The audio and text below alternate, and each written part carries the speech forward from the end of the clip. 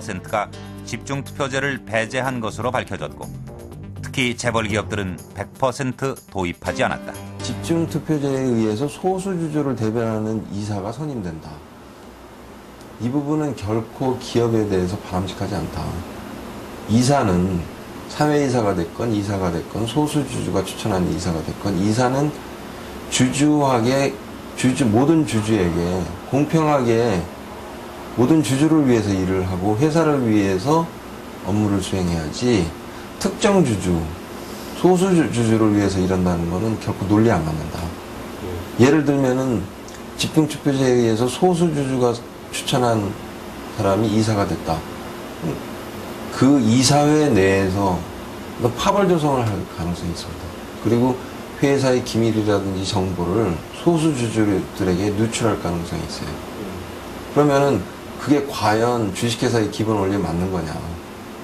우리나라에서 사회이사한테 요구되는 그 덕목은 전문성도 있지만 사실 경영진으로부터의 독립성, 대주주로부터의 독립성이 특히 중요합니다.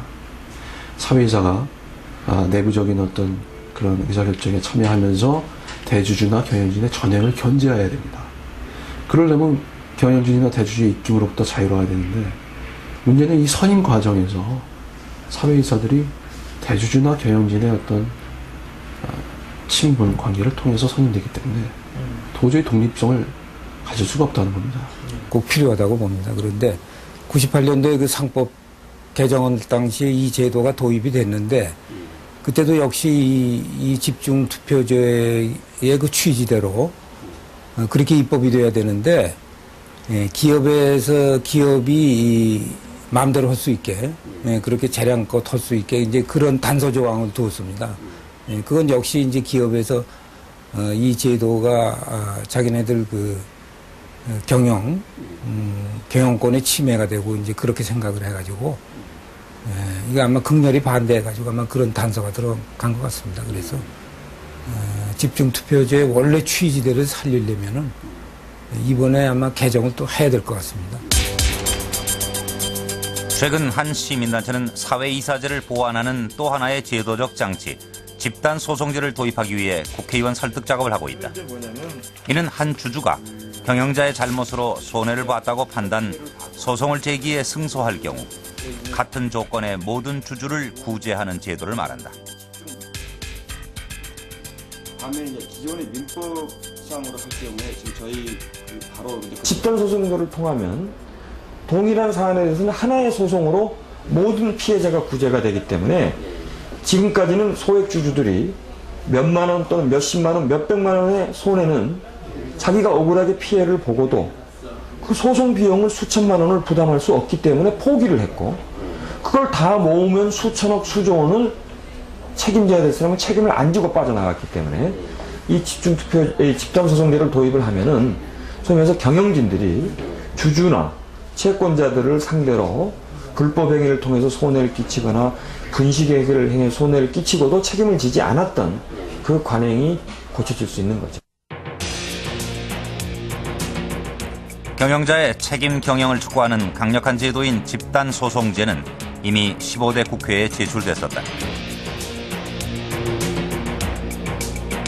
그러나 6개월 동안 상임위에 상정도 안 된 채 자동 폐기됐다. 개혁이라는 건 자꾸 입법이 돼야 개혁이 됩니다. 국회에서 입법이 돼야 개혁이 되지. 입법이 안 되니까 그 대용으로 지시하고 명령하고 압력 넣고 하는 거는 그건 후유증만 크고 제대로 변화가 없는 거죠. 하는 게 법에 의해서요. 아까 제가 뭐 상호지급 보증 금지다. 그럼 법제화했기 때문에 그는 실천이 되는 거 아닙니까? 그러니까 이런 게 다 법제화 돼야 되는데 그건 하나도 못 하거든요. 이러한 제도적 미비로 지배주주와 경영자의 책임성 확립은 큰 진전을 보지 못하고 있다. 공정거래위원회가 주목하고 있는 기업은 이건희 회장의 장남인 재용 씨가 총수 한 사람의 독단으로 시작된 무모한 투자와 실패. 그 결과 국민에게 돌아온 막대한 부담을 책임지는 사람은 없었다. 또 최근에는 2세에게 변칙적으로 경영권을 상속하려 한다는 의혹을 받고 있기도 하다.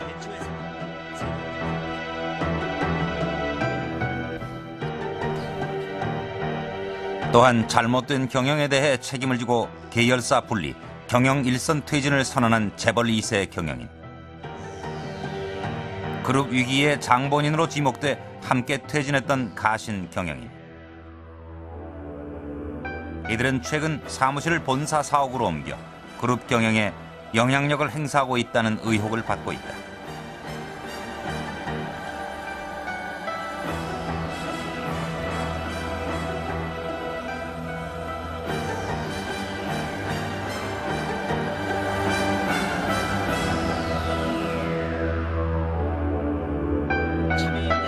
서울지검의 업무상 배임 혐의로 고발한 재벌 총수는 모두 재벌 지배구조 개선에 대한 요구는 오래전부터 있어왔다.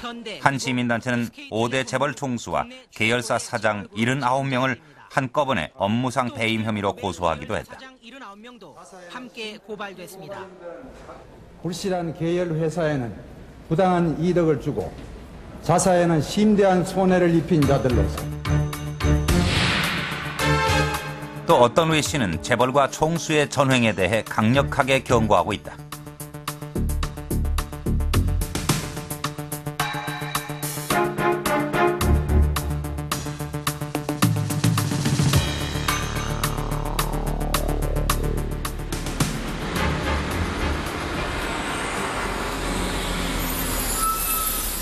지난 9월 20일 정부는 대우자동차 매각 불발과 고유가로 인한 충격에 휘청거리는 경제를 안정시키기 위한 대책을 내놓았다.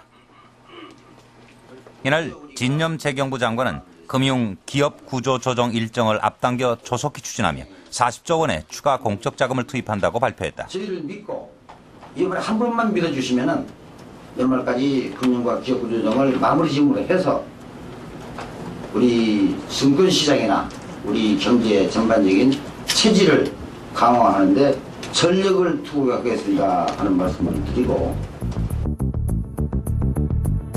정부 발표의 주요 내용은 10월 중에 2차 금융구조 조정을 추진, 제2금융권에 대해서도 연말까지 구조 조정을 마무리 짓고 내년 초까지 기업 구조 조정을 마무리한다는 것이었다.